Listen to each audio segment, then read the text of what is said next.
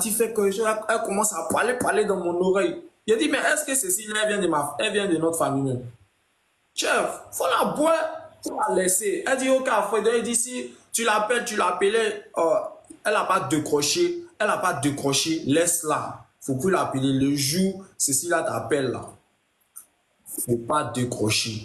Mon grand frère même a causé avec elle, faut pas décrocher. Même Bouba a causé avec moi. Il dit non, lui, il ne veut plus avoir affaire à Cécile.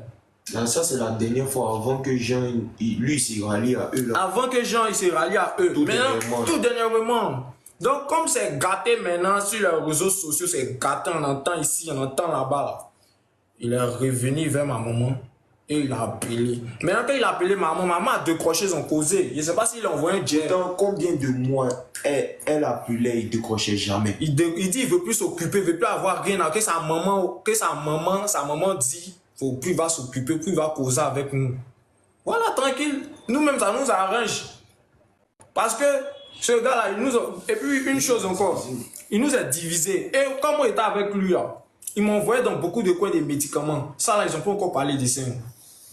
Il partait consulter. Les féticheurs. Les féticheurs, il partait consulter beaucoup sur la vie de mon grand frère. Un jour, on est arrivé à Koumassi d'un coin. Chez une femme? Ouais, chez une dame. Maman. Moi, il cherchait. Maman. Chez une dame, et puis il m'a dit non, il doit faire des sacrifices de temps à cause de ses oui. Donc moi, il dit à Foy, allons-y.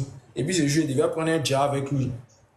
On est arrivé, là-bas, il est là consulté. Et puis il consulte sur la vie de mon grand frère. La vie de mon grand frère. Et puis il me dit que, actuellement, là, tes parents, côté papa, là, ils veulent tuer ton grand frère. Pourtant, c'est lui-même à la base, il veut tuer mon grand frère. Il me dit, tant que moi, mon grand frère n'est pas venu, c'est moi, je ne peux lui demander pardon. Mon grand frère, il ne va jamais réussir. Que lui, il sait où il est rentré. Si lui, il est parti au Burkina.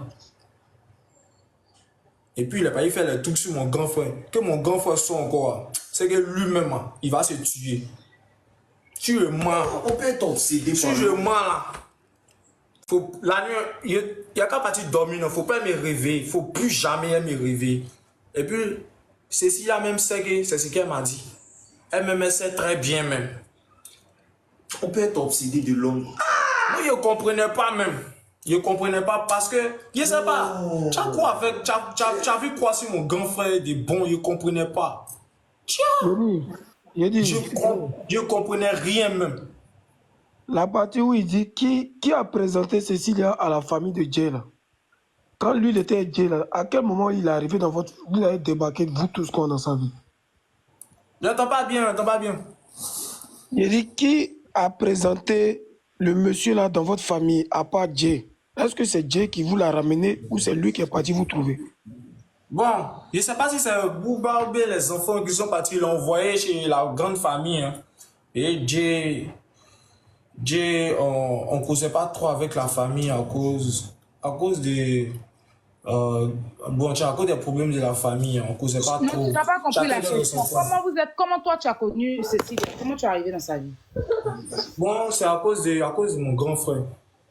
À cause de mon grand frère. Parce que comme mon grand frère était là, on était un grand ensemble. Maintenant, moi, il partait à Riviera 2, je revenais. Il partait à Riviera 2. Donc, un jour, mon grand frère a voyagé. Je ne sais pas s'il avait eu un spectacle. Et puis, c'est comme ça. Au Mali, on était partis. Au Mali. Moi, c'est pas. Ils sont partis au Mali. Et puis, c'est comme ça qu'ils sont revenus. Moi, avec mon grand frère, on ne causait pas on ne causait même pas, même pendant un moment, un bon moment, on ne causait pas. Donc, c'est comme ça, un jour, il m'a contacté, puis il m'a dit, petit frère, il y a longtemps que tu es où? C'est comme ça, on s'est croisés, puis on est parti chez Cécilia. Moi, je ne connaissais pas Cécilia. Arrivé là-bas chez Cécilia, je suis tombé malade. C'est comme ça que je suis resté là-bas en même temps. Je suis tombé malade même. C'est comme ça que je suis resté. Et puis Cécilia m'a dit même, ici, c'est comme chez toi, il faut rester si tu veux. Tu ne peux pas y prendre tes affaires, tu vas venir rester ici. Que moi-même, il veut vous aider. C'est ce que Cécilia m'a dit. Hein. Et puis c'est comme ça, moi, je suis resté.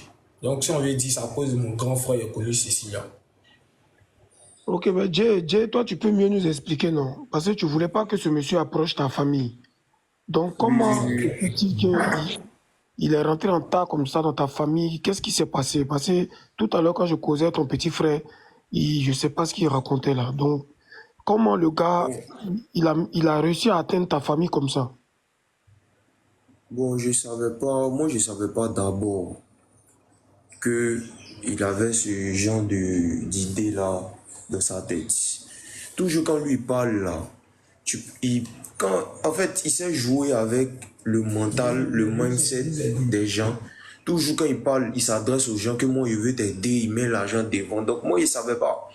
Moi-même, à la base, je voulais pas, je ne voulais pas qu'il se présente à ma famille, tu vois.